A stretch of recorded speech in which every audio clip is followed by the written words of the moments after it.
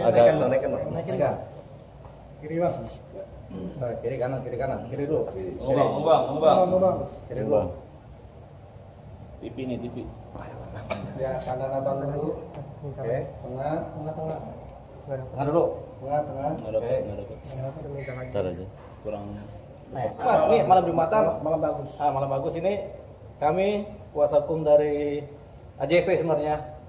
Kepanjangannya AJV, Aliansi Jurnalis Video. Aliansi Jurnalis Video, dan kemudian kita mewakili korban, salah satu korban, tapi ini banyak korbannya sebenarnya nih ya. Yaitu kawan-kawan media yang lain ya. Jadi ini ada pelapor atas nama Christian Pratomo. Yaitu Pak Christian Pratomo adalah awak media, wartawan kan? Iya. Wartawan. Dia melaporkan adanya dugaan pengancaman dan intimidasi dan juga pelanggaran undang-undang pers ya. Jadi tidak pidana pengancaman sesuai KUHP pasal 336 ayat 1 dan undang-undang pers wartawan, undang-undang pers yaitu undang-undang nomor 40 tahun 1999. Undang-undang pers pasal 18 undang-undang pers. Ya. Jadi yang kita laporkan adalah seseorang diduga bernama Agung, pengawal Atta Halilintar, dilaporkan telah terjadi pengancaman di Polres Jakarta Selatan terhadap awak media. Jadi ini sudah kita laporkan dengan nomor LPB-2740-9 Romawi. Ya, pengancaman ini bisa ancam membunuh, ancam menculik, ancam meneror, atau ancam meneror juga ancaman ya, ancam memukul, ancam macam-macam yang sifatnya ancaman tindak pidana kriminal ya. Nah, seseorang ini yang kita laporkan diduga mengancam menculik. Jadi ada ancaman menculik. Nah, ini bahaya nih, karena di balik kata menculik itu tentu ada menghilangkan, ada membunuh, ada kemudian menganiaya, macam-macam. Itu jadi ini suatu posisi yang tidak bisa ditoleransi, baik dengan kata maaf maupun dengan yang lainnya. Jadi perkara ini kita akan bawa sampai ke meja hijau, sampai ke persidangan. Betul, Bang? Bukti-bukti apa aja, Bang? Bukti-buktinya tentu rekaman dari video syuting dari teman-teman media.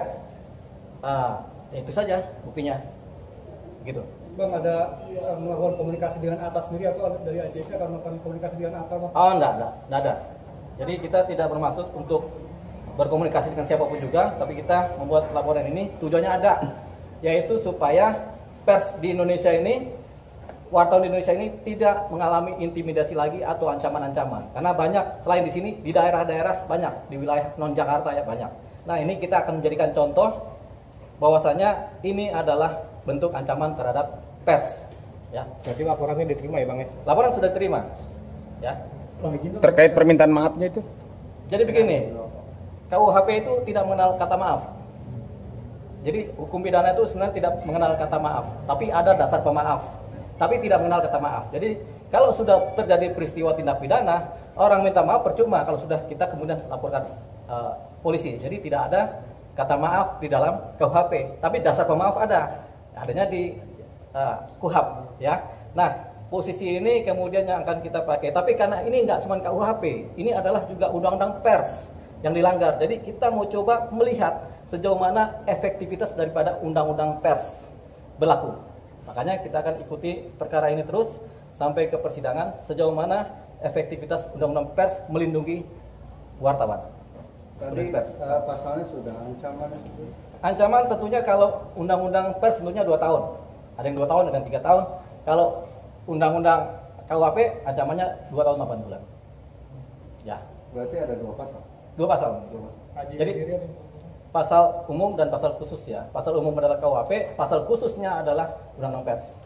Sampaikan informasi karena perslah bangsa Indonesia bisa maju.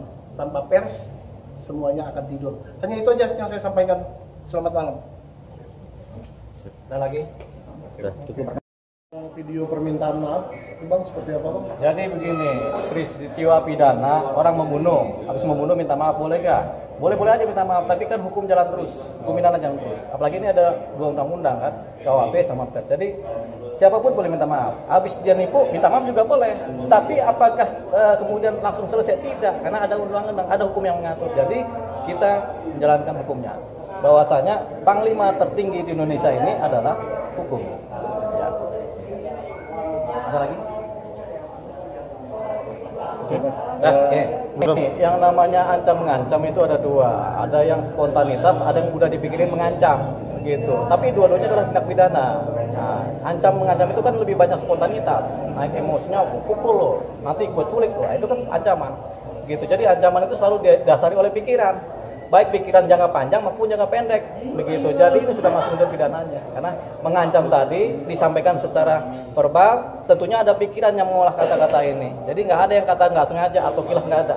Semua persoalan kalau kita bilang kilaf nggak ada hukum, gitu. Jadi ini Bang dari Pak.